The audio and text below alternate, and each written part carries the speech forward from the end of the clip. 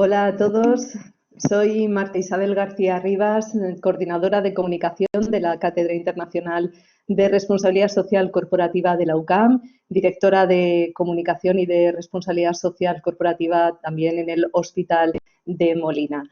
Bienvenidos todos a esta masterclass de la Cátedra Internacional de Responsabilidad Social Corporativa de la UCAM, que se presenta bajo el título La RSC tras el COVID-19, Laudatio Si, empresa y sociedad.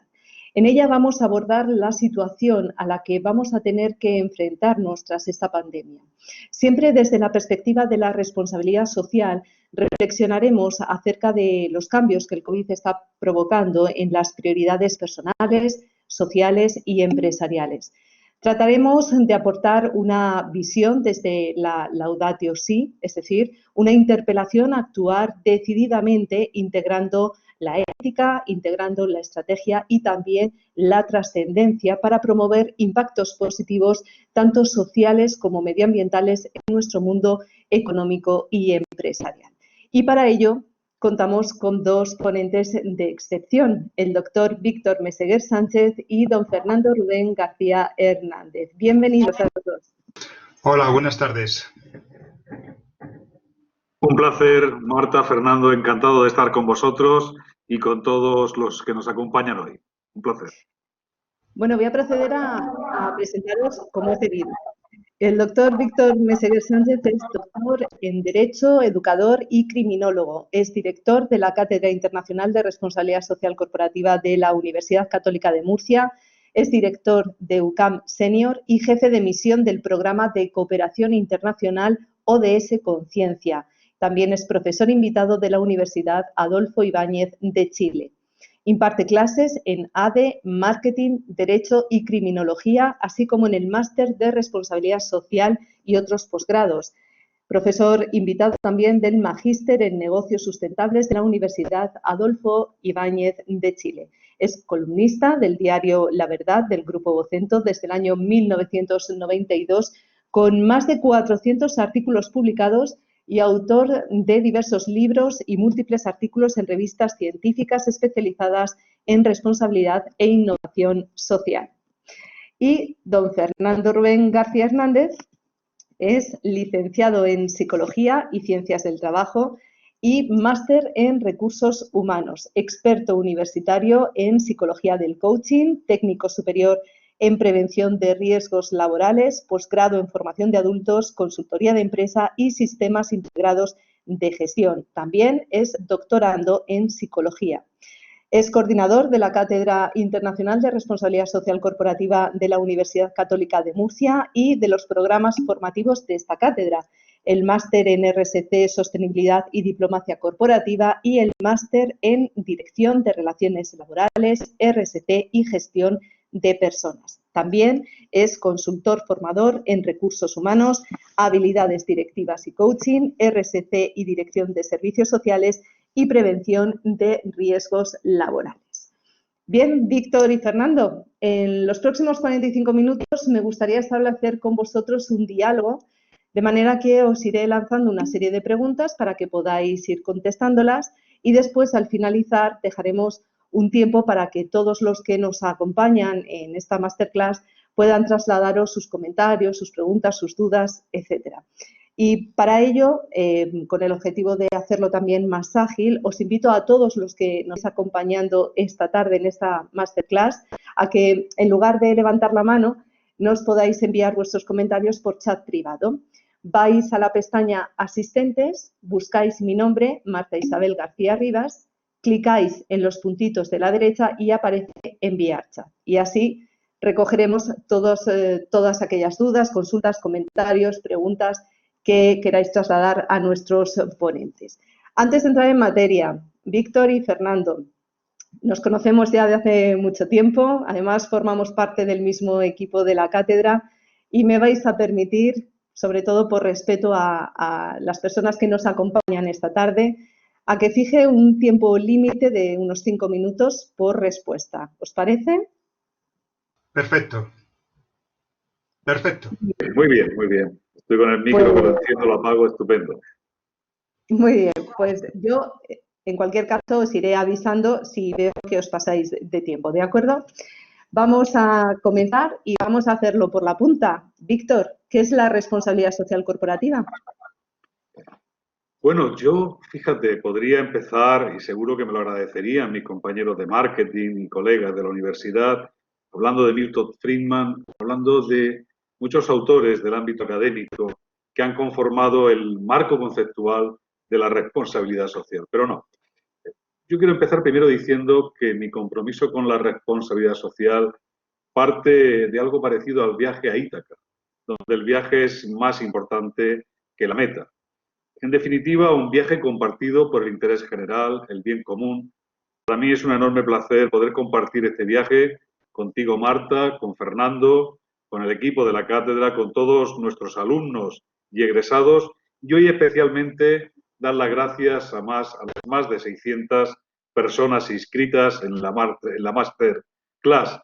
Especialmente quiero dar un agradecimiento a quienes nos acompañan desde el otro lado del charco, desde América Latina, y muy especialmente a Perú, a la que me une pues un afecto desde el fondo de mi alma, mucho trabajo y, ¿por qué no decirlo? Lima es la segunda capital de la cátedra y donde el año que viene pondremos en marcha el máster universitario en responsabilidad social. ¿Qué es la RSC? Voy a empezar por el final. Marta, tú lo sabes bien. Nosotros siempre acabamos todas las formaciones del máster con la parábola del colibrí, que cuenta que un día en la selva se produjo un incendio y todos los animales empezaron a desaparecer despavoridos para salvar la piel, menos un pájaro, el colibrí, que acudió al río más cercano, con el pico cogió una gota de agua, la depositó en el incendio y así una y otra vez fue llevando con su pico una gota de agua hacia el incendio que en esos momentos se estaba produciendo. El león lo miró perplejo y le dijo: colibrí, pájaro, no pretenderás tú apagar el fuego. Y el colibrí le contestó: no, yo no pretendo apagar el fuego, yo pretendo hacer la parte que me toca. Pues eso es la responsabilidad social, hacer bien la parte que nos toca a cada uno. Y en este caso, en el caso del COVID-19, hacer la parte que nos toca a cada uno como profesionales, ciudadanos, padres, madres, sanitarios, agricultores. No se trata de ser héroes, en este caso todos somos víctimas. Para ser héroes tiene que haber capacidad de elección y nadie nos ha dejado elegir si queríamos esta pandemia o no. Se trata, insisto, de hacer bien lo que nos toca hacer. Por ejemplo, el personal sociosanitario de hospitales y residencias de ancianos. Lo que le toca es cuidar a los más débiles, a los más vulnerables, a nuestros ancianos. Hablando de responsabilidad social, un país se mide por cómo cuida y protege a sus mayores. Queridos amigos, algo va mal. Lo que nos toca, a los niños les toca quedarse en casa para evitar la propagación del virus y a sus padres, hombres y mujeres, educarlos, cuidarlos. A nuestros trabajadores del campo les toca recolectar fruta fresca y verdura para alimentarnos, para que llegue a casa todos los días. Por cierto, la agricultura en mi región, para los que no sois de Murcia, Murcia es una región eminentemente agraria. La agricultura en mi región emplea al 13,2% de la población activa. Y dicho sea de paso, el 57%, casi el 60% de los trabajadores del campo en Murcia son trabajadores marroquíes, subsaharianos y ecuatorianos.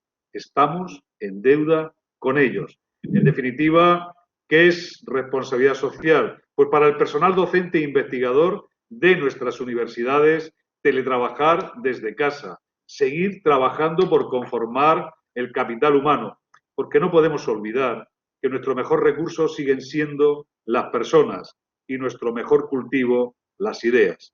Hace no mucho tiempo un alumno me preguntó que por qué me dedicaba a la educación, a la docencia. Mi respuesta fue muy sencilla y tiene mucho que ver con mi parte en la responsabilidad social, porque quiero que cada vez, cada día, más gente participe en el saber y, consiguientemente, en el poder. No sé si te he contestado, Marta, pero Totalmente.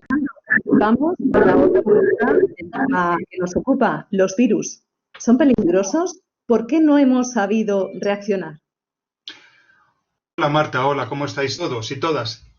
Antes de empezar me gustaría recalcar algo que ha dicho Víctor y que me parece muy importante e incluso lo he añadido aquí, y es que la medida de nuestro valor como personas es el modo en que tratamos a los más vulnerables de nuestra sociedad.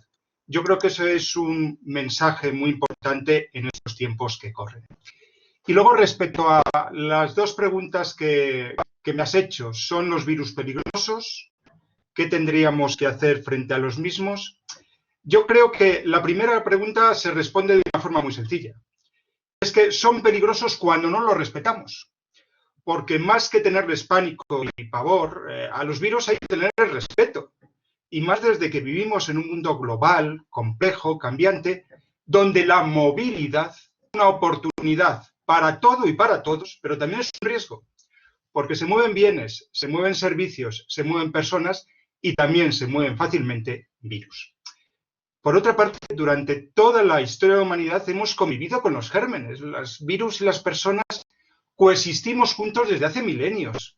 No voy a empezar ahora a hablar acerca de la historia de la humanidad, porque no es cuestión, pero el nacimiento de la ganadería, el sedentarismo, la creación de las primeras ciudades, las hemos creado conjuntamente virus, gérmenes y personas. Por eso yo terminaría respondiendo a tu pregunta, ¿son los virus peligrosos? No. El problema no son los virus. El problema es nuestra capacidad para convivir con ellos, para anticiparnos a los mismos, para controlarlos antes de que sean peligrosos para nuestra vida. Y luego creo que me habías hecho, Marta, otra pregunta y es ¿por qué no hemos sabido reaccionar? Exacto. Yo voy a ser sincero, voy a hablar pues desde mi punto de vista, lógicamente. Estaremos más o menos de acuerdo, pero uno tiene también que mojarse en estas cuestiones. Creo que por una combinación de necedad, estupidez, prepotencia y también por una grave limitación que por desgracia tenemos las personas y que ejemplifica lo frágiles que somos. Y es que no sabemos ver lo que Nassim Taleb denominó cisnes negros. Esto es, esos sucesos raros, considerados imposibles, pero que cuando se materializan, como lo que nos está ocurriendo ahora, como no estábamos preparados, provocan un impacto tremendo. No sabemos ver la realidad. Voy a desarrollar esta respuesta con dos claves. Y además, yo que soy muy didáctico, lo reconozco, las quiero enunciar para tenerlas claras yo también. La primera, nuestra dificultad para entender el tiempo y la probabilidad. Y la segunda, que tiene nombre de novela del siglo XIX, olvido y soberbia. La primera, nuestra dificultad para entender el tiempo y la probabilidad. Tenemos una gran dificultad para entender la diferencia entre lo imposible y lo improbable. Esto es, para entender que lo que nos parece improbable siempre es posible y por eso siempre hay que estar preparado, aunque nos pueda parecer el riesgo trivial. Claro, las personas creemos que lo que no hemos experimentado en nuestra vida es imposible. Pero es que no nos damos cuenta de que nuestro tiempo es muy limitado. Por eso no hemos tenido tiempo para experimentarlo. Lo que para nosotros es un cisne negro, por ejemplo, una pandemia en pleno siglo XXI, para la vida en el planeta Tierra es lo más normal, porque los virus y las bacterias fueron los primeros seres, los que nos antecedieron, y tengámoslo muy claro, los que seguirán en la Tierra cuando nosotros ya no estemos. Tenemos las personas una gran dificultad para asumir que los fenómenos de la naturaleza, y las pandemias son fenómenos de la naturaleza, tienen un ritmo periódico que excede el tiempo humano. Y este olvido nos hace repetir los mismos errores que las generaciones pasadas. Y más en una época como la actual, en la que, y perdonad que lo diga, vivimos en el presente más absoluto y despreciamos toda la sabiduría de las generaciones de nuestros mayores. Tenemos una incapacidad de aprender del pasado, de anticiparnos al futuro, de realizar simulacros. Y además todo ello amplificado por un sistema económico y un estilo de vida basado en el vivir en el presente y a toda prisa. Tenemos un enorme problema. Es interesante, Fernando, esto que estás diciendo.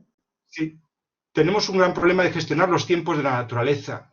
Y por eso yo creo que deberíamos adoptar los que trabajáis en prevención de riesgos laborales y salud laboral lo entenderéis perfectamente, la lógica de la prevención y de la salud laboral para gestionar estratégicamente las organizaciones, identificar peligros, evaluar riesgos y planificar medidas. Y un último apunte, si me permites, Marta. Las personas somos seres de rutinas. En Occidente no teníamos la rutina o el hábito, como en Oriente, de tener periódicamente que hacer frente a pandemias. No estábamos entrenados ni preparados.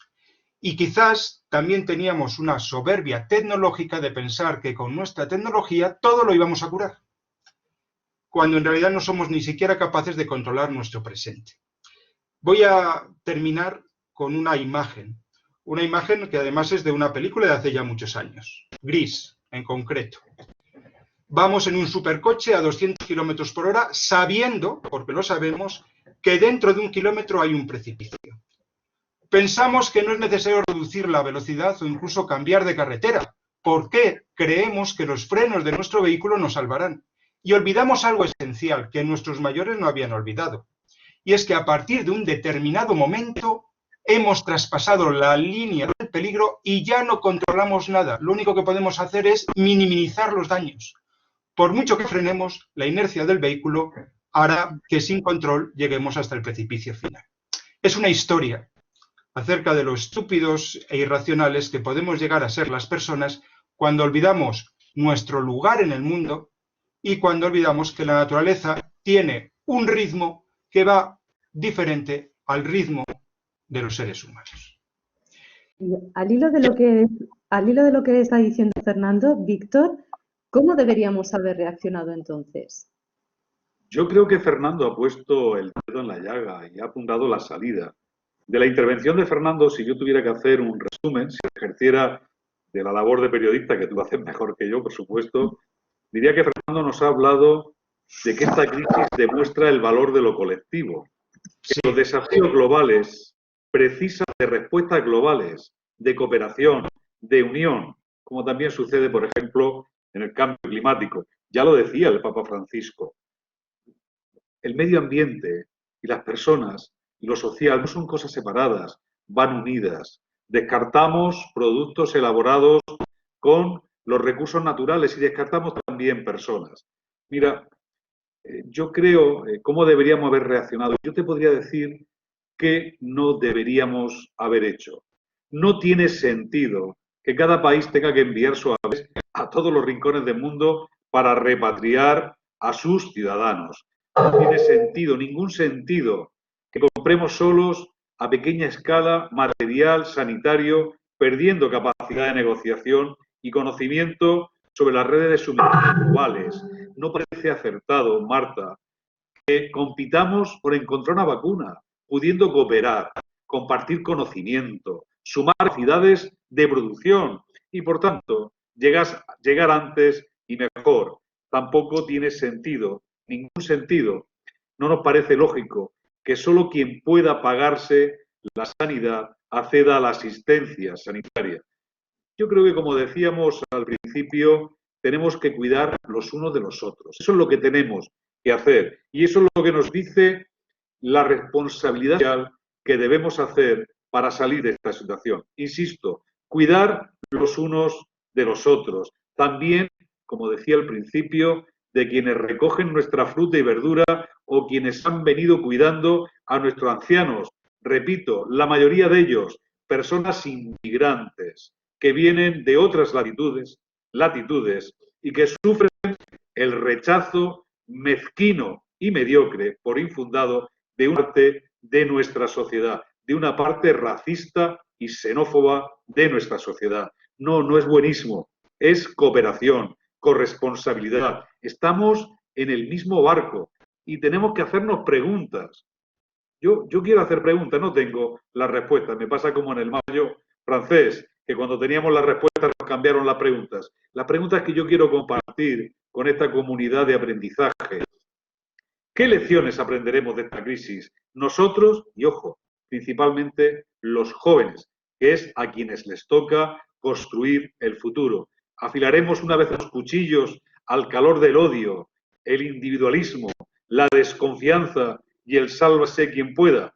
Querida Marta, querido Fernando, yo siempre voy a militar, y eso lo comparto con vosotros, en la causa de la cooperación.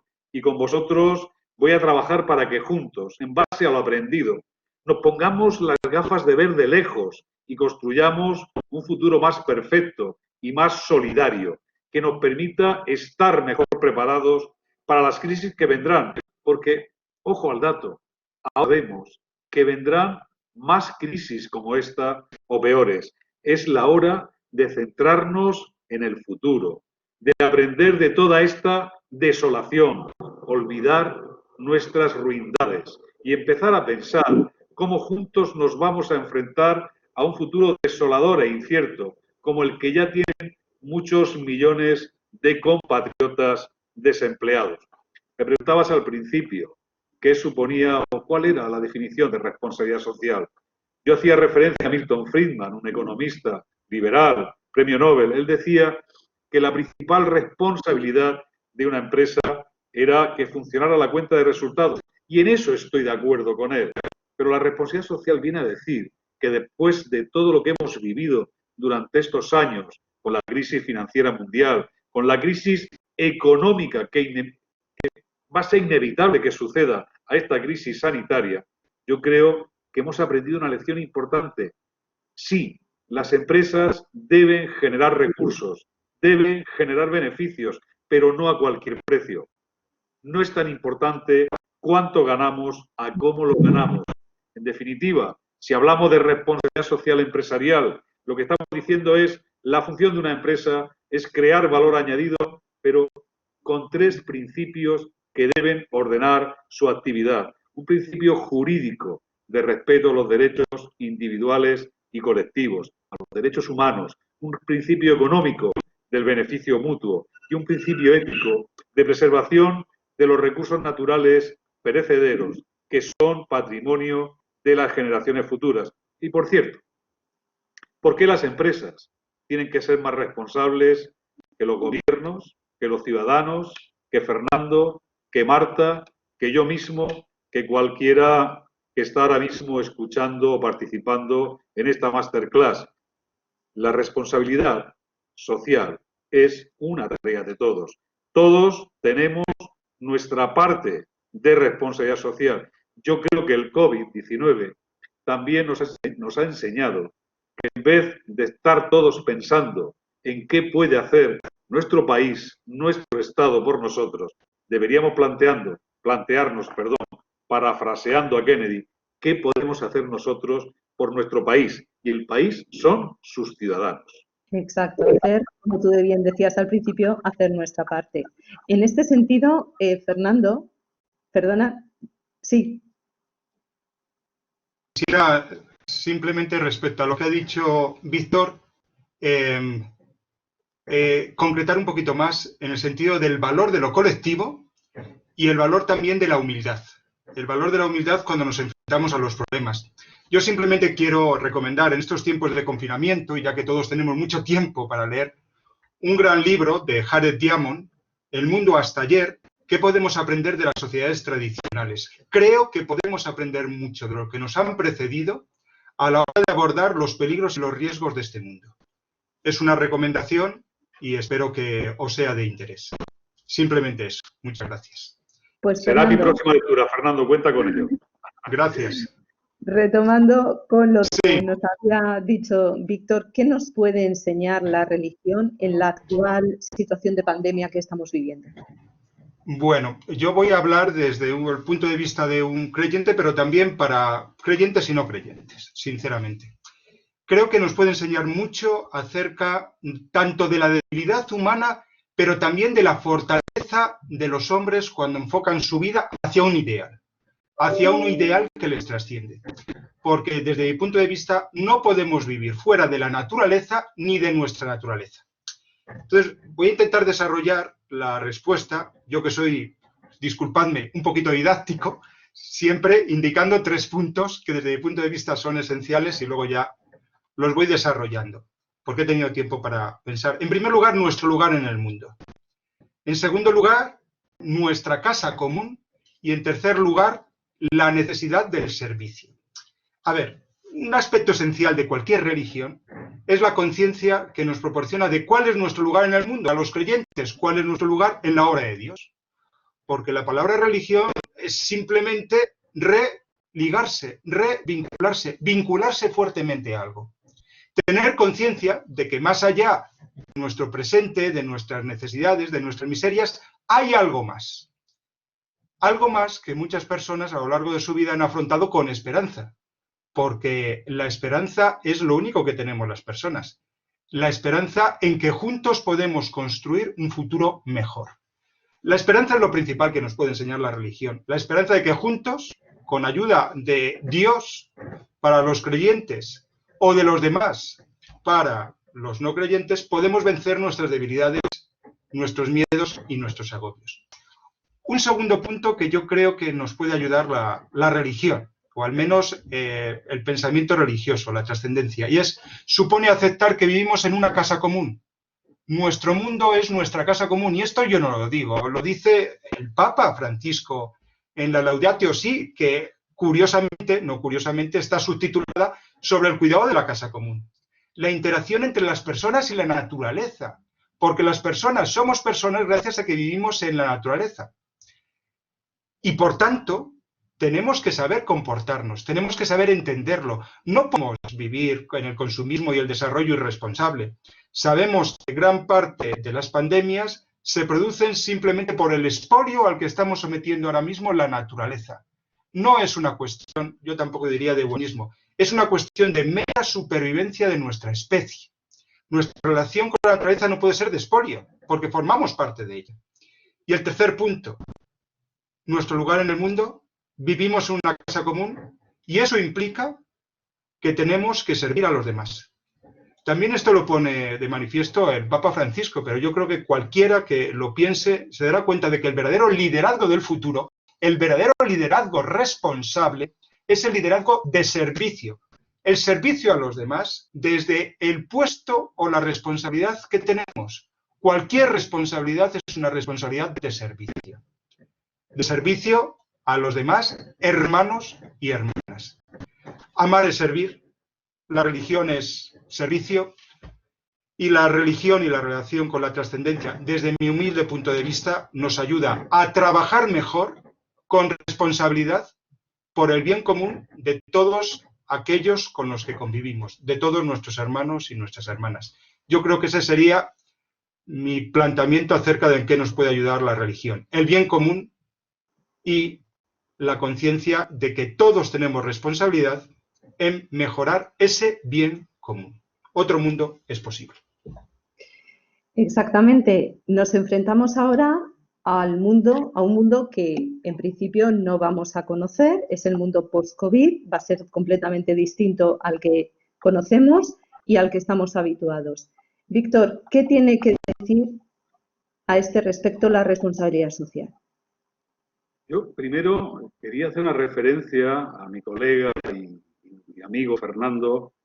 También ha vuelto a señalar un punto muy importante, y es que el bien común no es un tema de discursitos, no es un tema de marketing con causa o sin causa, no es un tema de comunicación, no, exacto. Es un tema, volviendo al tema bíblico, y por sus hechos lo conoceréis, esa frase que a mí me gusta repetir muchas veces, que las palabras son enanos y los hechos son gigantes.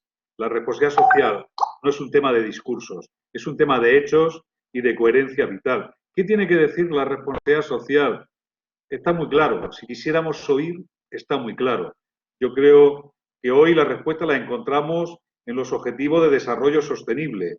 16 grandes problemas, 16 grandes metas y una solución. La lucha contra la cadena hereditaria de la pobreza, contra el hambre, la inequidad, la falta de igualdad de oportunidades, la responsabilidad social de género. Pero todos esos son los 16 primeros principios. El 17 es la solución. Y el 17 habla de que necesitamos alianzas público-privadas. Mirar, la responsabilidad social en Europa la conforma el principio de subsidiariedad, que viene a decir que nuestra felicidad Nuestro modelo de Estado social es responsabilidad de todos, no solo del gobierno, no solo de las empresas, no solo de la sociedad civil, no solo de cada uno de nosotros. Yo creo que el futuro pasa por ahí, por ser capaces de establecer alianzas. Mirad, en España, en la Universidad del País Vasco, se hizo hace no mucho tiempo un estudio que hablaba sobre el cuarto sector. Decía que los sectores que componen la economía actual, la administración pública, el sector privado y el sector social, se dibujaron, se construyeron cuando el mundo era un lugar muy diferente, que ha habido un movimiento de tierras y el mundo ha cambiado y que ya no vale esa definición tan estática. Dicen que ahora las empresas tienen que incorporar a su cuenta de resultados los impactos económicos, los impactos sociales y cuidar contra los casos de corrupción. También dicen que el tercer sector de acción social, las ONGs, las fundaciones, las asociaciones sin ánimo de lucro, tienen que medir el retorno social de la inversión, que no se trata de gastar dinero para acabar con la pobreza, se trata de saber con ese dinero cuántos pobres menos hay. A mí me provocó auténtica urticaria un estudio del PNUD que hablaba que en la cooperación española el 70% de lo que invertía la Agencia Española de Cooperación eran costes operativos, es decir, darle 3 euros a un pobre cuesta 7. No, ese no es el camino tiene que ser otro. Y por último, el gobierno. A mí me gustan dos autores que fueron asesores en su día del presidente Obama, Gardner y Osborne, que escribieron un libro que para mí es un manual de cabecera, que se llamaba Reinventar el gobierno. Fíjense, ese libro, el resumen era que la palabra gobierno viene de una voz griega que significa llevar el timón, que prestar servicios es remar y que los gobiernos no son buenos remando. Lo que le pedimos es que lleven el timón y que devuelvan a la sociedad civil, devuelvan a los ciudadanos el poder y el control sobre todos los servicios a la ciudadanía. Yo creo que se trata, Marta, un poco de ahondar en esa línea. Fíjate, yo me gustaría acabar, aunque sé que no ando bien de tiempo, diciendo también que la salida pasa por construir territorios socialmente responsables. Para conseguir esa meta que señaló hace tiempo Cicerón, para lograr la vieja aspiración de la humanidad de crear una sociedad para vivir y convivir, una sociedad justa e integradora y, por tanto, feliz. La responsabilidad social tiene por objeto buscar y perseguir la felicidad, sí. Y cada uno, insisto, como comentaba al inicio, ¿cómo voy de tiempo, Marta? Pues nos quedan 20 segundos. Bueno, pues para comentar bueno, lo dejo aquí y después, si me da tiempo, sí me gustaría ahondar en cómo podemos trabajar en la conformación de territorios socialmente responsables, pero no quiero robarle tiempo a Fernando. Lo dejo aquí y lo dejo para la siguiente pregunta. Fernando, sí, simplemente creo, respondiendo un poco a lo que estaba indicando Víctor, que algo tiene que decir la responsabilidad social y es volver a los detalles. Esto es, volver a los pequeños. Los grandes cambios se hacen en los lugares pequeños, en los territorios donde verdaderamente trabajamos, vivimos, convivimos, es donde verdaderamente el mundo cambia. La RSC del futuro es la responsabilidad social de lo pequeño, de nuestra comarca, de nuestra ciudad, de nuestro barrio, de nuestra empresa. Simplemente eso. Pues precisamente creo que por ahí va a ir tu siguiente respuesta a la pregunta de qué forma va a impactar la pandemia en la RSC, es decir, cómo va a ser el mundo tras el COVID. Bueno, ¿de qué forma se impactará la pandemia en la RSC o cómo será el mundo tras el COVID? Son dos preguntas. La primera voy a indicar 3 o 4 claves, tampoco demasiadas. Primero, seguro que habrá un nuevo rol de la RSC. Seguro que eso repercutirá en el impulso de las alianzas públicos-privadas y seguro que eso también repercutirá en el desarrollo de políticas dentro de las empresas a favor de los empleados. Y esto lo quiero desarrollar indicando, primero, las empresas que han apostado por la sostenibilidad seguramente saldrán reforzadas. ¿Por qué? Porque los ciudadanos las premiarán. Los ciudadanos premian a las empresas y líderes que demuestran con hechos concretos que se preocupan por su comunidad, por los colectivos más vulnerables, por la mejora de la sociedad, porque desde mi punto de vista lo que realmente nos está enseñando esta situación tan improbable es la necesidad de volver a lo esencial. Y lo esencial son, en el mundo de la empresa, líderes empresariales que se preocupan por los derechos humanos y que van más allá del mero impacto económico. Por otra parte, también afectará la RSC en el sentido de que impulsará la RSC interna, lo que se llama RSC y recursos humanos, buenas prácticas en recursos humanos, porque las empresas que cuidan a su capital humano serán aquellas que conseguirán que las personas quieran involucrarse con ellas. Serán empresas que verdaderamente conseguirán que su gente dé más del mero hecho de trabajar por un salario. Estas empresas son las sostenibles y estas empresas son las que al final verdaderamente sobrevivirán. Porque las empresas no existen. Lo que existen son las personas que trabajamos en ellas y las personas que compramos a las empresas. Y luego la segunda pregunta, Marta, era ¿cómo será el mundo tras el COVID? Exacto. Bueno, pues mi respuesta es muy sencilla e incluso es una respuesta un poco tonta, pero bueno, la vamos a decir. El mundo seguirá siendo. O sea, el mundo no ha acabado. Hay tendencias mundiales como la globalización, la hiperconectividad tecnológica que continuarán, pero ojo, quizás de otra manera.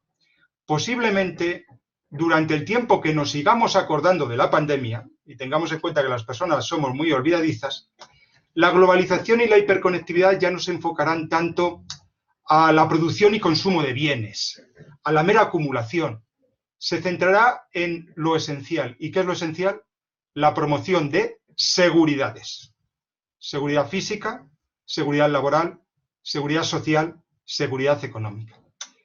Quizás en este mundo tras el COVID tendremos la posibilidad de un nuevo deal, un nuevo trato entre países, entre continentes, incluso vamos a ser ilusos, un nuevo trato mundial. Pero sinceramente yo tengo dudas, porque para ello será preciso financiarlo y eso implicará algo esencial, reasignar recursos económicos. Quiero que piensen ustedes en algo que para mí es muy importante y es una imagen brutal. El hecho de que militares se hayan dedicado a labores de desinfección de residencias de mayores no nos debería ayudar a replantearnos nuestras decisiones sobre la asignación eficiente de recursos. A ver, hay muchos intereses creados, pero desde una perspectiva meramente economicista, deberíamos de empezar a plantearnos todos dónde es más útil cada dólar, cada euro, cada peso. Porque estamos hablando simplemente de utilidad. Será tiempo de la política y la economía responsable. Y me habías hecho la pregunta ¿cómo será el mundo tras el COVID? Te he respondido de una forma muy macro, ¿no? De muchas tendencias. Pero ahora me querría centrar en lo pequeñito. En un detalle micro que para mí es importante. Y es que la pandemia nos ha demostrado lo que quizás muchos ya intuíamos. Y es que los trabajos que nosotros consideramos precarios son los verdaderamente imprescindibles. Es preciso reflexionar qué actividades y trabajos verdaderamente contribuyen al bien común, porque esos son los trabajos claves y hay que dignificarlos. Y esos trabajos no son quizá los de las clases profesionales, son los que hasta ahora hemos considerado subalternos, cajeros, transportistas, enfermeros, auxiliares de geriatría, panaderos, también bomberos y policías. Tenemos que empezar a pensar cómo garantizar que todos aquellos que no pertenecen a las clases privilegiadas puedan encontrar un trabajo digno, fundar una familia, tener seguridad económica, porque, siguiendo el símil de la guerra, son ellos los que están en primera línea y los que nos han salvado. Por lo tanto, tenemos que ser agradecidos. Es preciso recuperar y ojalá que esto nos sirva para cambiar un poquito de nuestro mundo, la dignidad de los trabajos esenciales para la supervivencia de la comunidad humana.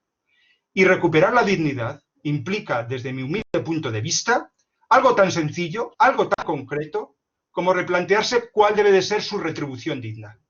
Porque al que más contribuye a la supervivencia de nuestra especie, más reconocimiento habría que darle. También reconocimiento moral, los aplausos están muy bien, pero también reconocimiento económico. Eso es, desde mi punto de vista, ser responsable, y eso es, desde mi punto de vista, tomarse en serio la vida en comunidad en nuestro planeta. Nos está diciendo por el chat, precisamente al hilo de lo que dices, Fernando, que también los agricultores, que también las limpiadoras y los limpiadores y muchísimas más profesiones. Y disculpad el tono que a veces tengo de homilía, lo que pasa es que yo cuando me apasiono, pues es el tono que me sale. Disculpadme.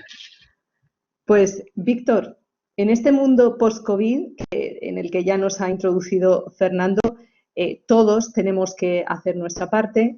¿Y qué es lo que está haciendo la UCAM? Fíjate, antes de entrar en lo que está haciendo la UCAM, hay una frase de un autor latinoamericano, uruguayo, que yo creo que es el común denominador a la magnífica intervención que acaba de hacer Fernando. Fernando, gracias por tus palabras porque son inspiradoras y yo creo que definen la esencia de lo que nosotros tres y mucha más gente defiende. Esa frase dice que mucha gente pequeña, en lugares pequeños, haciendo cosas pequeñas, puede cambiar el mundo. Y eso es verdad. Es decir, yo no sé cómo será el mundo post-COVID, supongo que como ha comentado Fernando, pero sé cómo quiero verlo yo. Yo creo que en el mundo post-COVID menos será más. Se puede vivir con muy poco. Recuperar tiempo familiar, los abrazos, la compañía de tu pareja, de tus hijos, de tus amigos. Yo creo que es algo muy, muy importante.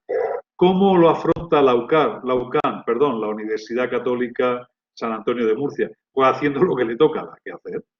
Yo creo que la actividad universitaria conforma un triángulo simbólico cuyos tres lados son la formación, la investigación y la extensión. A mí a la extensión me gusta llamarla responsabilidad social universitaria. En cuanto a la investigación, tengo que decir que estamos haciendo un magnífico trabajo desde la cátedra.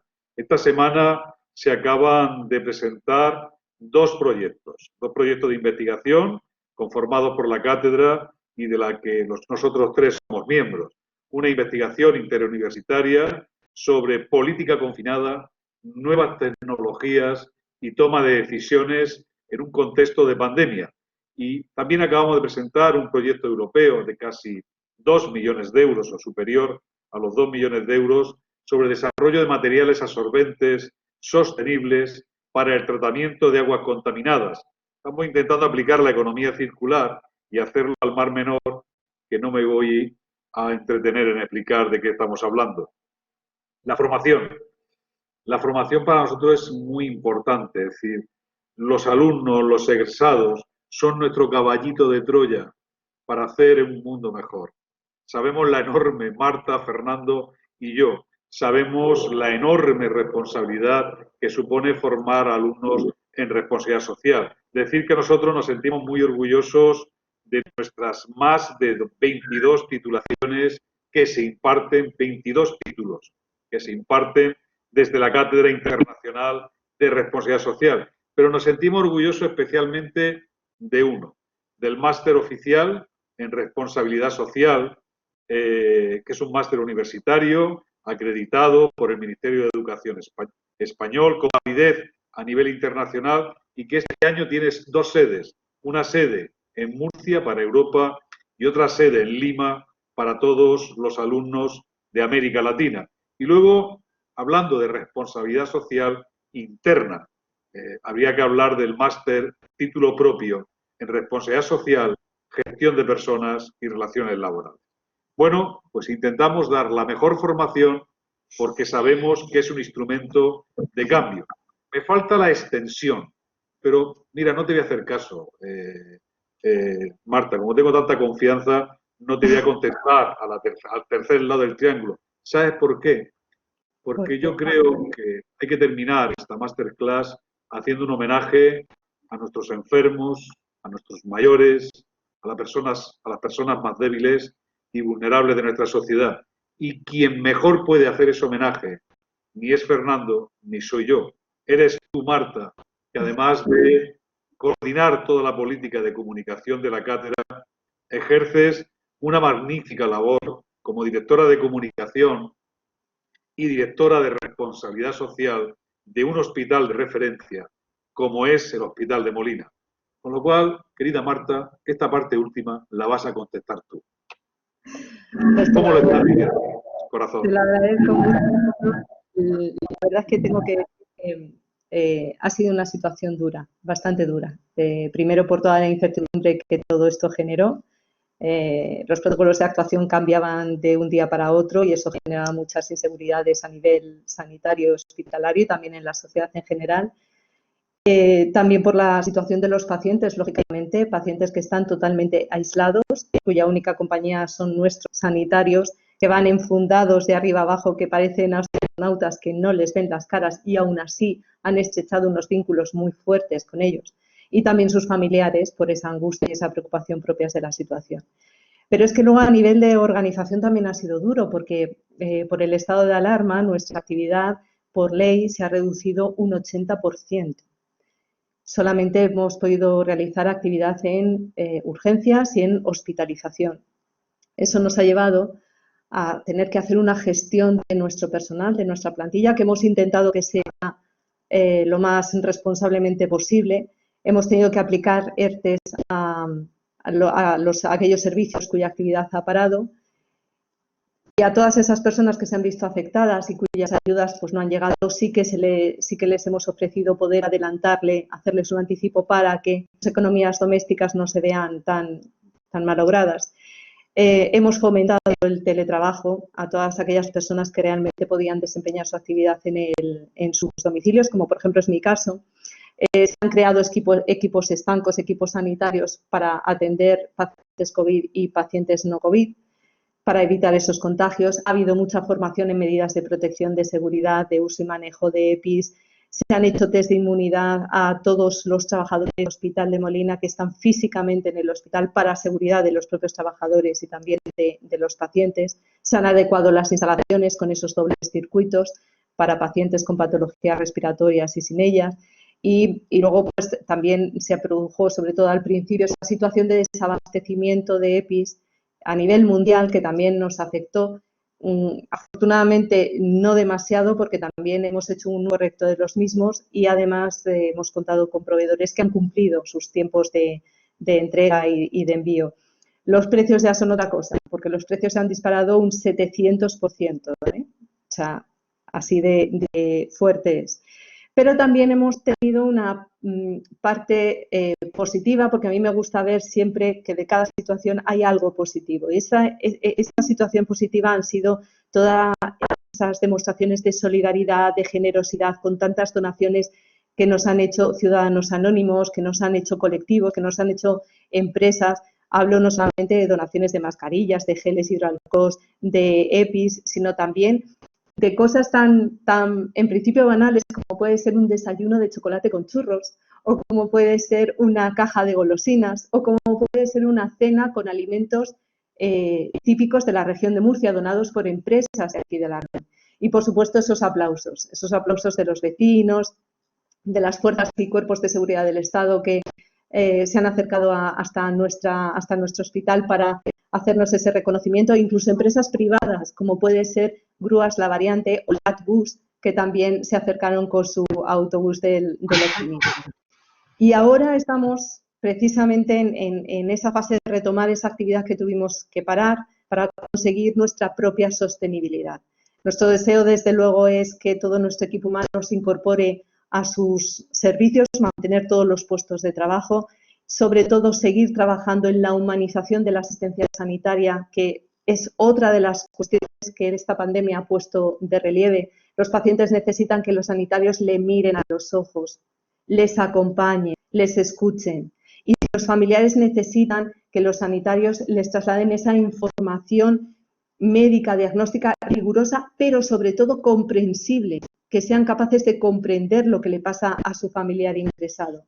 Y una cosa fundamental, que creo que lo has dicho tú, Fernando, es el tema de las alianzas. De esto no salimos solos, no salimos solos. Nosotros, desde que nacimos hace 20 años, mantenemos una serie de alianzas de colaboración público-privada con el Servicio Murciano de Salud, la Consejería de Salud, Ayuntamiento de Molina de Segura y también entidades sociales y privadas. Y estas alianzas tenemos no solo que mantenerlas, sino que hay que reforzarlas y ampliarlas, porque de esto, repito, no se sale solo. Y te agradezco, Víctor, la oportunidad que me has dado de poder trasladar estas vivencias de un hospital que es un hospital pequeño, pero en el que trabajamos mucho y con mucho cariño. Pues como son las 8, yo te quiero aplaudir. En lo pequeño está la esencia, Marta. Muy bien. En lo pequeño está la esencia. Muchas gracias. Nos queda poquito tiempo y sí me gustaría trasladaros alguna pregunta, de acuerdo, que nos han trasladado nuestros asistentes. Por ejemplo, Juana Rosa Ramos de Vera, que no recuerdo muy bien, que me disculpe, por favor, que no recuerdo si era de Perú o de México, no me acuerdo, nos decía que cómo hacer entender, perdón, sí era de Perú, cómo hacer entender en Perú la RST a pobladores que en plena cuarentena invaden los mercados. Bueno, yo por cercanía, como decía al principio, yo paso parte del año en Perú. Yo le quería decir que no se preocupe, es decir, esta crisis nos está sirviendo para tomar medida a los seres humanos que nos acompañan. Y estamos descubriendo que algunos son tóxicos, que algunos deberíamos no relacionarnos con ellos. Pero eso es así aquí, en Perú, y en cualquier país del globo terráqueo. En definitiva, que tengamos que vivir medidas, permitirme, que nos traten como niños, que son pueriles, son muestra de una falta de responsabilidad social ciudadana. Si la responsabilidad social funcionara, no haría falta ni estado de excepción, ni estado de emergencia, ni haría falta nada. Haría falta que todos cuidáramos de ellos. Que no se preocupe, no es un problema de Perú. Es un problema de Perú, de España, de Portugal, de Inglaterra, de Francia, de que hay seres humanos que siguen siendo lobos para otros seres humanos. Sí, yo simplemente querría indicar que ciertamente las personas somos más irresponsables de lo que creemos y que quizás una de las grandes enseñanzas de esta pandemia que está afectando a todo el mundo es que nos demos cuenta que al final somos cada uno de nosotros, con nuestra pequeña responsabilidad, los que lograremos parar al virus. Somos cada uno de nosotros cuando decidimos ponernos la mascarilla, cuando decidimos ponernos guantes, cuando decidimos salir solamente un cuarto de hora al día en vez de una hora a comprar el pan, los que verdaderamente estamos poniendo coto al virus. Las responsabilidades empiezan en lo más pequeño, la responsabilidad empieza en la familia. La responsabilidad empieza si tú te crees que puedes cambiar el mundo simplemente siendo una persona entre 7.500 millones de personas. Esa es una gran idea que espero que nos ayude a cambiar nuestra mentalidad. Una persona es capaz de parar una epidemia si se comporta simplemente haciendo lo que tiene que hacer, poniéndose una mascarilla, poniéndose guantes y estando el mínimo tiempo posible en la calle guardando la distancia de seguridad. Seguro que muchos aprenderemos, el primero de ellos yo, a comportarnos de forma más responsable. Totalmente de acuerdo, Fernando.